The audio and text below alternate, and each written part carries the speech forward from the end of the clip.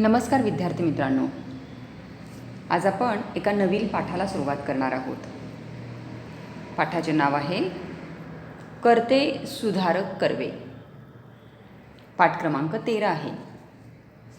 पाठाचे लेखक डॉक्टर शिरीष गोपाळ देशपांडे. मुलांनो, प्रथमतः आपण लेखकाचा परिचय करून घेऊयात. जन्म 1952. बघा, लेखक प्रसिद्ध कवी आणि लेखक, बघा दोन्हीही, कवी या नात्यानेही ते प्रसिद्ध आहेत आणि लेखक म्हणूनही प्रसिद्ध आहेत. एप्सिलॉन, ए सखे ए, स्वातंत्र्याचे मृत्यूपत्र हे कविता संग्रह, राजा शहाजी ही महाकादंबरी, शिवछत्रपती ही पटकथात्मक कादंबरी, अरण्यकांड, प्रचारक, पंचस्तंभ, जन्मभूमी, पाताळयंत्र इत्यादी कादंबऱ्या, शून्यपूर्ण हा एकांकिका संग्रह असे चौफेर लेखकांनी लेखकांचे प्रकाशित झालेले आहेत. महाराष्ट्राबाहेर बडोदा येथील प्रादेशिक साहित्य संमेलनाचे तसेच वणी येथील 66व्या विदर्भ साहित्य संमेलनाचे ते अध्यक्ष म्हणूनही होते. मुलांनो, आता या पाठामध्ये काय सांगितलेलं आहे बघा, तो आपण आता पाठाचा आशय पाहूयात. महर्षी कर्वे यांचे नाव समाजसेवक म्हणून चिरस्मरणीय आहे. कर्वे यांनी आपली सर्व कार्यशक्ती स्त्री शिक्षणावर केंद्रित केली. महिला विद्यापीठ ही कल्पना मूर्त रूपात साकार केली. समाजासाठी केलेल्या एकूण महान कार्यासाठी महर्षी धोंडो केशव कर्वे यांना 1958 साली भारतरत्न हा सर्वोच्च नागरी पुरस्कार देऊन भारत सरकारने त्यांच्या कार्याचा गौरव केला. प्रस्तुत पाठात लेखकाने महर्षी कर्वे यांच्या व्यक्तिमत्वाचा आणि कार्याचा परिचय करून दिलेला आहे. महर्षी धोंडो केशव कर्वे बघा, यांचा जन्म रत्नागिरी जिल्ह्यातील मुरुड या गावी झाला. मुंबईतील एल्फिन्स्टन या महाविद्यालयामध्ये गणित या विषयाची त्यांनी पदवी घेतली. पुण्यातील फर्ग्युसन महाविद्यालयात गणिताचे प्राध्यापक म्हणून प्रदीर्घ काळ ते कार्यरत होते. स्त्रियांना दास्यमुक्त करणे हेच त्यांनी आपल्या आयुष्याचे ध्येय ठरवले होते. हिंगणे स्त्री शिक्षण संस्था ही संस्था स्थापन केली. या संस्थेतूनच पुढे श्रीमती नाथीबाई दामोदर ठाकरसी महिला विद्यापीठ या विशाल संस्थेची निर्मिती झाली. त्यांनी स्त्रियांसंबंधातल्या अनेक अनिष्ट रूढींना कडाडून विरोध केला. विधवा पुनर्विवाह चळवळीचे ते खंदे पुरस्कर्ते होते. समाजाच्या प्रखर विरोधाला तोंड देत त्यांनी ही चळवळ जोमाने चालवली. बालविवाह, जरटकुमारी विवाह, केशवपण यांसारख्या स्त्रियांवर अन्याय करणाऱ्या प्रथांना विरोध केला. अनाथ बालिकाश्रम, विधवा विवाह प्रतिबंध निवारक मंडळ अशा संस्थांची स्थापना केली. त्यांच्या या महान कार्याचा सन्मान करण्यासाठी भारत सरकारने त्यांना भारतरत्न ही पदवी दिलेली आहे. ठीक आहे, तर आता आपण सुरुवात करूयात. हे पहा, महर्षी धोंडो केशव कर्वे इथं तुम्हाला चित्रामध्ये दिसतंच आहे या ठिकाणी. बघा,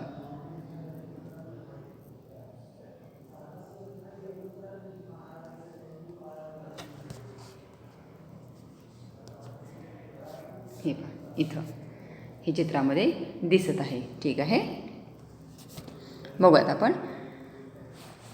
रेडिओवर रात्रीच्या बातम्यात आले होते की भारतरत्न महर्षी धोंडो केशव कर्वे यांचे वयाच्या 105व्या वर्षी निधन झाले. बघा, वय केवढं होतं निधन होण्याच्या वेळेला? 105 वर्ष. मुलांनो, किती भरपूर आयुष्य जगलेले आहेत. बघा, म्हणजे रेडिओवरती रात्रीच्या बातम्यांमध्ये समजलं. रात्री म्हणजे रजनी, निशा, बघा समानार्थी शब्द आहेत. माझ्या आजोबांचे डोळे टिचले. बघा, लेखक सांगतायत लेखकांना, म्हणजे लेखकाचे जे आजोबा आहेत त्यांनी ते ऐकल्यावर डोळे टिचले म्हणजे डोळ्यातून पाणी आलं. कळत्या वयात जाणवू लागले की नातेवाईक नसलेले गृहस्थ 105व्या वर्षी जाऊनसुद्धा त्यांच्यासाठी डोळे भरून येत असतील तर त्यांचे कार्य खूपच मोठे असले पाहिजे. बघा, साधारण कळत होतं. मग नातेवाईक नसूनसुद्धा जर माझ्या आजोबांच्या डोळ्यात पाणी येत असेल तर कसलं प्रचंड कार्य केलेलं असणार आहे त्यांनी. म्हणजे ते स्वतःसाठी जगलेच नाही आहेत, दुसऱ्यांसाठीच जगलेले आहेत. बघा, स्त्रियांसाठी म्हणजे स्त्रियांना दास्यमुक्त करणं हेच त्यांनी आपल्या आयुष्याचं ध्येय मानलं होतं. म्हणजे 105व्या वर्षी जाऊनसुद्धा म्हणजे खूप वय झाल्यानंतर म्हणतो बघा आपण सगळेजणं की बाबा ठीक आहे, वय झालेलं आहे, त्रास होतो आहे, ठीक आहे, मुक्ती मिळाली. बघा, परंतु या ठिकाणी मात्र 105व्या वर्षी गेल्यानंतर मात्र वाईट वाटलं, कारण त्यांचं कार्य महान आहे. ठीक आहे, पुढे बघा. स्वातंत्र्य समराच्या ऐन धुमाळीच्या काळात म्हणजे 18 एप्रिल 1858 रोजी महर्षी कर्वे यांचा जन्म झाला. बघा, आता कधी जन्म झालेला आहे? 1858. आता 1857चा उठाव तुम्हाला माहितीच असणार आहे. म्हणजे त्यावेळची परिस्थिती कशी, म्हणूनच म्हणलेलं आहे स्वातंत्र्य समराच्या ऐन धुमाळीच्या काळामध्ये त्यांचा जन्म झाला. नंतर 15 ऑगस्ट 1947 रोजी राष्ट्रीय स्वातंत्र्यही त्यांच्या डोळ्यांदेखत कमावले गेले. त्यावेळेला आपल्या देशावरती इंग्रजांचं राज्य होतंच आणि नंतरसुद्धा बघा इंग्रजांचं राज्य म्हणजे इंग्रजांना आपल्या देशातून हाकलून दिले, म्हणजे आपल्या देशाला स्वातंत्र्य मिळालं. मग ते स्वातंत्र्यसुद्धा त्यांना डोळ्यांदेखत बघायला मिळाले. पण स्वातंत्र्य केवळ राष्ट्रीय मिळून भागत नाही, स्वातंत्र्य संपूर्णच हवे असते हे त्यांना आधीपासूनच जाणवत होते. म्हणजे देशाला स्वातंत्र्य मिळाले की चला व्यवस्थित म्हणजे सर्वांना स्वातंत्र्य मिळाले असं नाही, तर कसं स्वातंत्र्य पाहिजे, तर स्वातंत्र्य हे संपूर्णच हवे आहे. ठीक आहे, पुढे बघा. या देशातली स्त्री गुलाम आहे, राष्ट्रीय स्वातंत्र्य कमावल्यानंतरसुद्धा ती गुलामच राहील हे त्यांना दिसत होते आणि म्हणूनच त्यांनी स्त्रियांना दास्यमुक्त करण्याचं काय केलं, ध्येय ठरवलं. ठीक आहे, कारण स्त्रियांनी शिकणे अत्यंत गरजेचे आहे. पुढे बघा. तिला जर स्वातंत्र्य पाहिजे असेल तर तिला भान यावयास हवे की आपण गुलाम आहोत आणि हे भान शिक्षणाशिवाय येऊ शकत नाही. बघा, स्त्रीला जर स्वतंत्र व्हायचं असेल तर आधी ती भानावर यायला हवी की आपण म्हणजे तिला भान यायला हवे, तिला समजायला हवे की आपण गुलाम आहोत, कोणाची तरी चाकरी करतोय. आता हे भान शिक्षणाशिवाय कळणार नाही. मात्र खुद्द भारतीय स्त्रीवर संस्कारच असे होते की ती आपल्या गुलामीला दागिना मानत असे, अलंकार मानत असे. म्हणजे तिच्या दृष्टीनं गुलामी म्हणजे खूप चांगलं काम. मग आपल्या स्त्रीवरती संस्कारच असे होते. ठीक आहे, आपल्या समाजात स्त्रीचे स्थान देवीचे आहे असे भासवले जात असेलही, पण तिला शूद्रातिशूद्र समजून बघा अतिशय तुच्छ लेखून तिचा प्रच्छन्न छळच केला जाई. बघा, प्रच्छन्न छळच केला जाई म्हणजे गुप्तपणे गूढपणे छळ केला जाई. सबब म्हणजेच कारण. बघा काय सांगितलेलं आहे पुढे. तिने शिक्षित व्हायलाच पाहिजे हे कर्व्यांना ठामपणे वाटत होते. तथापि हे कार्य अतोनात कठीण आहे, खूप कठीण आहे हेही त्यांना दिसत होतं. स्त्रीने स्वातंत्र्य कमवावे असे वाटणे म्हणजे खडकावर डोके आपटण्यासारखे होते. खडकावर म्हणजे दगडावर मस्तक आपटायचं तरीसुद्धा इथं स्वातंत्र्य मिळणार नाही. मग स्वातंत्र्य मिळणार नाही म्हणजेच इथं स्त्रीला शिकता येणार नाही. मग आता काय केलं पाहिजे, स्त्रीला कसं काय म्हणजे यातून मुक्त करायचं, तिला कसं काय स्वातंत्र्य मिळवून द्यायचं. शांत शोषिकपणे सहिष्णु वृत्तीने राहिलो तर हे असिधारा व्रत परिपूर्ण होईल. असिधारा व्रत म्हणजेच कसलं, तलवारीच्या धारेवरून चालण्या इतके कठीण व्रत. मी त्यांनी व्रत कुठलं केलेलं आहे की स्त्रीला स्वातंत्र्य मिळवून द्यायचं आणि ते सुद्धा शांत शोषिकपणे सहिष्णु वृत्तीने राहिलो तरच हे पूर्ण होऊ शकणार आहे. असे म्हणजे तलवार. बघा म्हणजे इतकं कठीण व्रत आहे. मी याची त्यांनी खूणगाठ बांधली की शांतपणे हे सगळं पूर्ण करायचं. सावकाश तरी हमखास हे कार्य करणं गरजेचं होतं. नुसत्या अडीअडचणी येतील असं नव्हते. संपूर्ण समाजाविरुद्ध विद्रोह करावा लागणार होता. म्हणजे संपूर्ण समाजाविरुद्ध या ठिकाणी लढायला लागणार होतं. बघा म्हणजे इथं काय 2-4 माणसांशी लढलं मग तिला स्वातंत्र्य मिळालं असं नाही. आता असे केले तर समाज आपल्याला गिळून टाकायला येईल हे कळत होते. एकट्याने एवढ्या समाजाविरुद्ध लढायचं म्हणजे साहजिकच आहे, समाज उभा राहणार ना विरुद्ध. ठीक आहे. पंडिता रमाबाई यांचे जीवनचरित्र आणि ईश्वरचंद्र विद्यासागर यांचे जीवनकार्य, मग यातून महर्षी कर्वे यांना हुरूप मिळाला. बघा त्यांचा उत्साह कधी वाढला, जेव्हा त्यांनी पंडिता रमाबाई यांचं जीवनचरित्र वाचलं, ईश्वरचंद्र विद्यासागर यांचं जीवनचरित्र वाचलं, त्यातून त्यांना हुरूप मिळाला. ईश्वरचंद्रांनी पोथ्यांच्या पिट्ट्या पाडून विधवा विवाह होऊ शकतो हे दाखवून दिले. स्वतः विद्वेषी विवाह करून कर्व्यांनी त्यांचा वस्तुपाठ घालून दिला. म्हणजे दुसऱ्याला सांगण्यापूर्वी स्वतः कृती करायची. बघा हे त्यांनी ठरवले. म्हणजे सुरुवात त्यांनी स्वतःपासून केली, म्हणून त्यांना बोलायची कोणास सोयच उरली नाही. त्यांनी स्वतः केलं नाही तर कसं आपण दुसऱ्याला सांगतो, मग सगळे म्हणतात की तुम्हाला काय आहे. दुसऱ्याला सांगणं सोपं असतं, ठीक आहे, पण भोगावं मात्र त्या व्यक्तीला लागतं. म्हणून ह्यांनी काय केलं, ते ऐकूनच गेला नको म्हणून स्वतःच त्या ठिकाणी पहिल्यांदा विद्वेष विवाह केला. बघा प्राध्यापक धोंडो केशव कर्वे हे कॉलेजात गणित शिकवत. विद्वत्तेचा ते महामेरू होते. महामेरू म्हणजे अत्यंत विद्वान होते. त्यामुळे त्यांच्याशी वाद घालायला कोणी धजले नाही, कोणी पुढे आले नाही.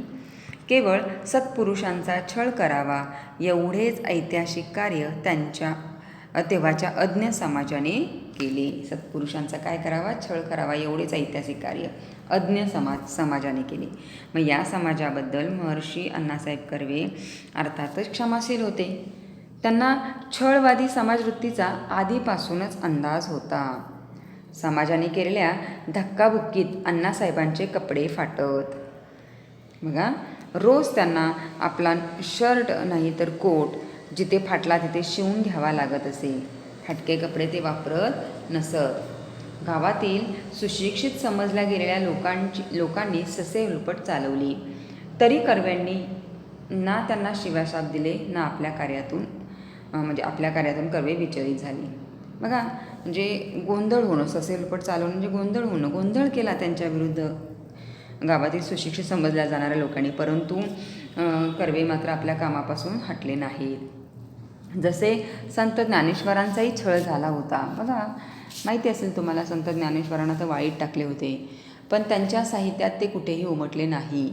मग तसे कर्व्यांचे आचरण ज्ञानेश्वरांच्या कवितेसारखे राहिले. ठीक आहे मुलांनो, म्हणजे बघा काय काय सांगितलेलं आहे इथं की महर्षी कर्वे यांच्या निधनाच्या बातमीने लेखकांच्या आजोबांच्या डोळ्यात पाणी आले. 105 वर्ष जीवन जगलेल्या व्यक्तीच्या मृत्यूनंतर डोळ्यात पाणी उभं राहणं म्हणजे ती व्यक्ती महानच. स्त्रीमुक्ती हेच खरे स्वातंत्र्य. देशाला स्वातंत्र्य म्हणजे राजकीय स्वातंत्र्य मिळणे पुरेसे नाही, तर स्त्रीची गुलामगिरीतून मुक्तता करणं. बघा या स्वातंत्र्याला किंमत म्हणजे नाही आहे. म्हणजे मुक्तता झाल्या, स्त्रीला गुलामगिरीतून मुक्तता मिळाल्याशिवाय स्वातंत्र्याला काहीच किंमत नाही आहे, ही अण्णासाहेबांची धारणा होती. ठीक आहे, म्हणून त्यांनी स्त्रीमुक्ती हेच खरे स्वातंत्र्य हे ध्येय ठरवलं. म्हणजे स्त्रियांना मुक्त करणं हे ध्येय त्यांनी आपल्या आयुष्याचं ठरवलं. त्या कामामध्ये अनेक अडचणी आल्या त्यांना, परंतु पंडिता रमाबाई आणि ईश्वरचंद्र विद्यासागर यांच्या जीवनकार्यातून त्यांना हुरूप मिळाला. ठीक आहे, त्यांनी आपलं काम पुढे चालू ठेवलं. ठीक आहे मुलांनो, तर आत्ता आपण एवढाच भाग पाहूयात. याच्यानंतरचा भाग आपण पुढील व्हिडिओमध्ये पाहूयात. ठीक आहे, आत्ता आपण जेवढा परिचित पाहिला त्याच्यावरचे बघा हे शब्दार्थ आहेत. या शब्दांचे अर्थ बघून घ्या.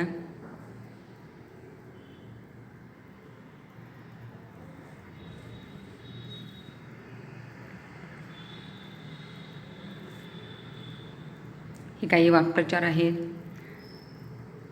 वाक्प्रचारांचे अर्थ मुलांनो नुसतं लिहून उपयोगाचं नाही, तर तुम्ही काय करायचं आहे, वाक्यात उपयोग करायचे आहेत. ठीक आहे. टिपा बघा, भारतरत्न हा एक सर्वोच्च भारतीय नागरिक सन्मान आहे. हा सन्मान राष्ट्रीय सेवा करणाऱ्या व्यक्तीस दिला जातो. असे धाराव्रत म्हणजे सांगितलं, असे म्हणजे तलवार. इथे अत्यंत कठीण कार्य म्हणजे कठीण असं व्रत. ठीक आहे. महामेरू महर्षी. आणि बघा महामेरू म्हणजे काय. पुराणात पृथ्वीचे वर्णन करताना 7 द्वीपे सांगितली आहेत. त्यापैकी जंबूद्वीपामध्ये केंद्रस्थानी मेरू हा पर्वत आहे. हा पर्वत सोन्याचा असून त्यावर नेहमी देव राहतात असे पुराणात सांगितले आहे. या मेरू पर्वतापेक्षाही महर्षी कर्वे कसे आहेत, मोठे असे अलंकारिक वर्णन येथे केले आहे. ठीक आहे. तर या ठिकाणी आपण थांबूया. त्याच्यासोबत जो स्वाध्याय तुम्हाला पाठवलेला आहे तो तुम्ही काय करायचा, आम्हाला सोडवून पाठवायचा आहे.